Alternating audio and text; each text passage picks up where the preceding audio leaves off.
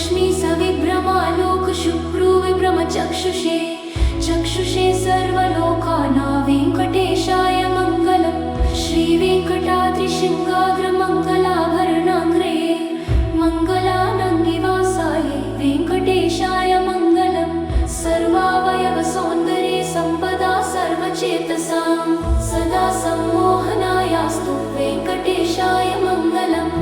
नित्याय निरवध्याय सत्यानन्दचिदात्मने सर्वान्तरात्मने श्रीमद्वेङ्कटेशाय मङ्गलम्। स्वतः सर्वविदे सर्वशक्तये सर्वशेषिणे सुलभाय सुशीलाय वेङ्कटेशाय मङ्गलम्। परस्मै ब्रह्मणे पूर्णकामाय परमात्मने प्रयुञ्जे परतत्त्वाय वेङ्कटेशाय मङ्गलम्।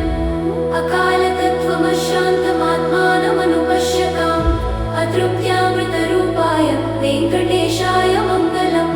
प्रायस्वचरणौ पुंसा शरण्यत्वेन पाणिना कृपया दर्शते श्रीमद्वेङ्कटेशाय मङ्गलम्। दयामृततरङ्गिन्यास्तरङ्गैरिव शीतलैः अपाङ्गैः सिञ्चते विश्वं वेङ्कटेशाय मङ्गलम्। स्रग्भूषाम्बरहेतूना सुषमावहमूर्तये सर्वार्थिशमनास्तु वेङ्कटेशाय मङ्गलम्। श्रीवैकुण्ठविरक्ताय स्वामी पुष्करिणीतटे रमाय रममाणाय वेङ्कटेशाय मङ्गलम्।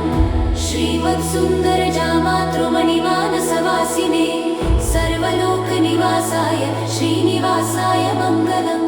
मङ्गलाशासनपरे मदाचार्य पुरोगमे सर्वैश्च पूर्वैराचार्यैः सत्कृतायास्तु मङ्गलम्।